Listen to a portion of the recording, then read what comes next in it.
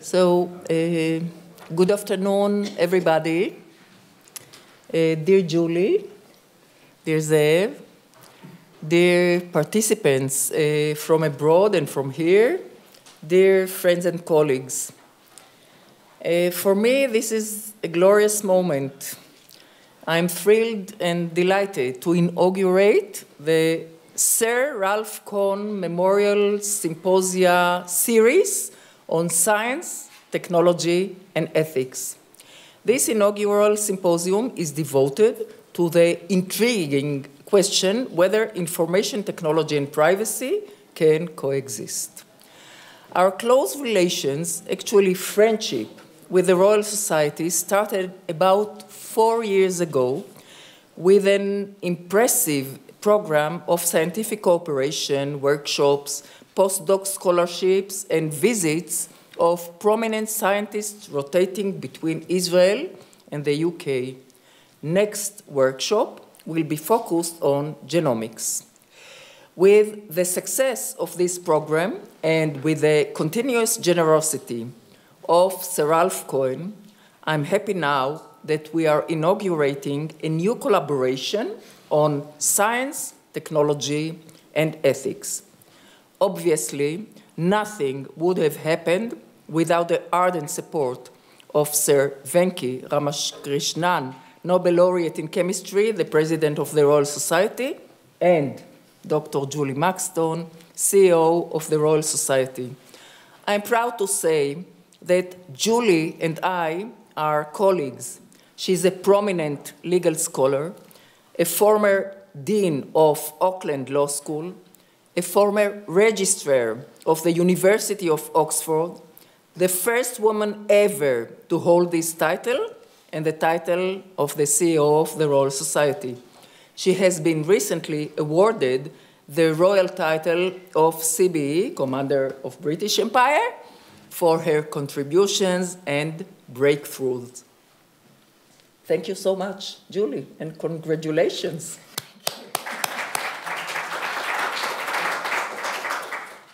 We warmly welcome all distinguished members of the UK delegation.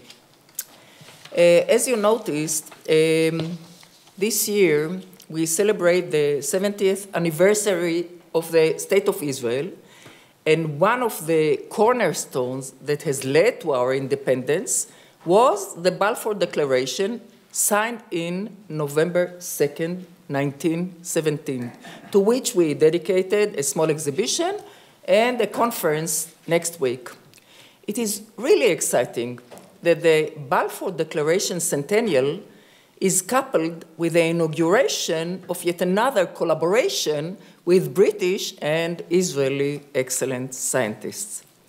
The present collaboration is also special because it encompasses the two sections of our academy, sciences and humanities.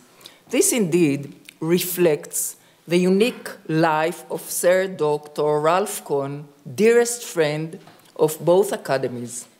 Sir Ralph, a Holocaust survivor, was an outstanding personality, a scientist, music lover and performer, a Renaissance figure.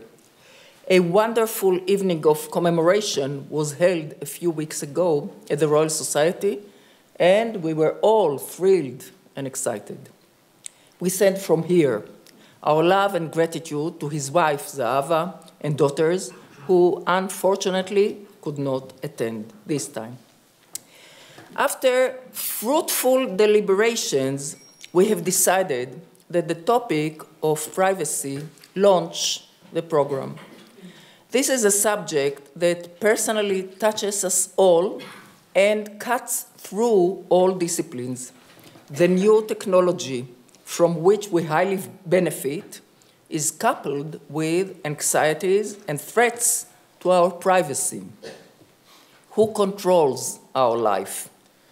Ourselves, political entities, subject to constitutional rules, or Facebook, Google, Amazon? How to protect at the same time, our security and privacy. The challenges awaiting us are at the heart of this discussion. I would like to conclude by expressing my gratitude to my dear colleagues at the Academy who made this event materialize. David Rail, Vice President of the Academy, Ruth Gavison, Yossi Shiloh, and my dear colleague at Tel Aviv University, Michael Birenak, whose help was precious, actually invaluable. And last but not least, the Academy staff. First and foremost, Bob Lapidot. Nothing could have happened without you. And my thanks go also to Frank Fourniol from the Royal Academy and the whole staff, Galia Finzi, our director, Yael Kenar, Michael, Kochi, who is not here, Kochi Memran, and all the Academy staff. So, thank you, and I wish us all a prosperous conference.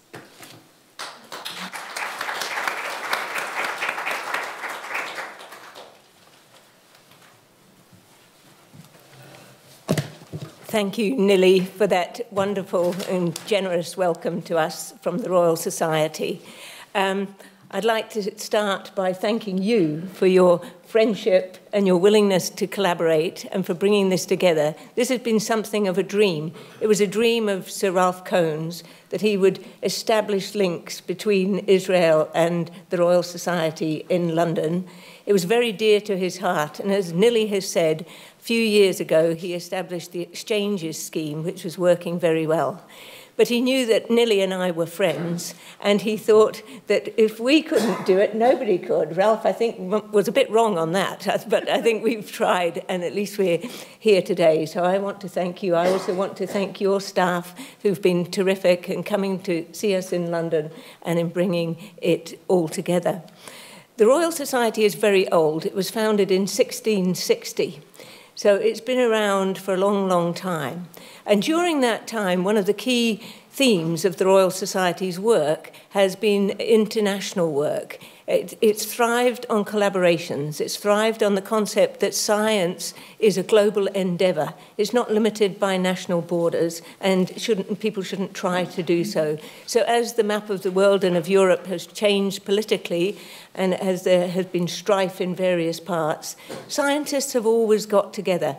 And what we are endeavouring to do in this collaboration is to add some lustre to that history and to that theme of scientists being together and collaborating together across boundaries. In fact, the Royal Society was so committed to its foreign work that it established the post of a foreign secretary before the government in Britain had even thought of having a foreign secretary.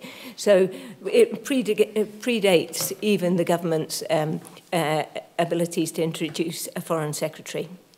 I want to say a word or two about Sir Ralph Cohn and his generosity.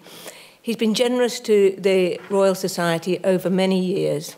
And we have in the Royal Society a room which is dedicated to Ralph and named after him. He's also given us money over time for different aspects of work in science and society and in public engagement. But it was this that he was particularly keen in the last years of his life, and he died last November, to bring to fruition. So it's a real thrill to be here honouring Ralph and recognising Zehev, his wife, and his 3 daughters who are so involved with the Cohen Foundation at this event. As Nili has said, this is a wonderful event, I think, looking at some of the most important concepts of our time. We're looking at how concepts such as privacy, consent, and ownership exist if they do, or change if they do, in a new world of emerging technologies. The Royal Society has recently done 3 reports in this area, which I'll refer to again in our work tomorrow, but they're reports on cybersecurity, they're reports on machine learning, and one on data management and use, governance in the 21st century.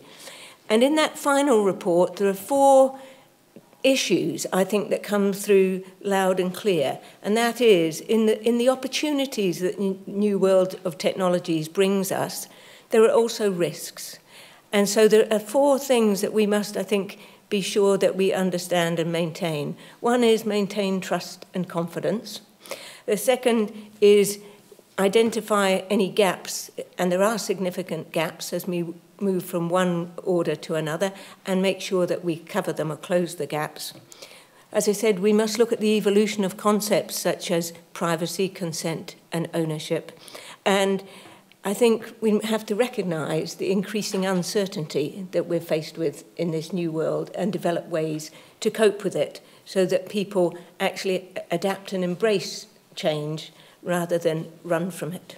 So I'm really looking forward to hearing what everybody has to say. I think it's a wonderful group of speakers. I'd like to thank my team at the Royal Society and the others who have travelled with us on this group. And I'd like to end by thanking you for hosting us. For many of us, it's the first time we've been to Israel, and we've had a wonderful tour this morning, and we feel honoured and humbled to be in this land. Thank you.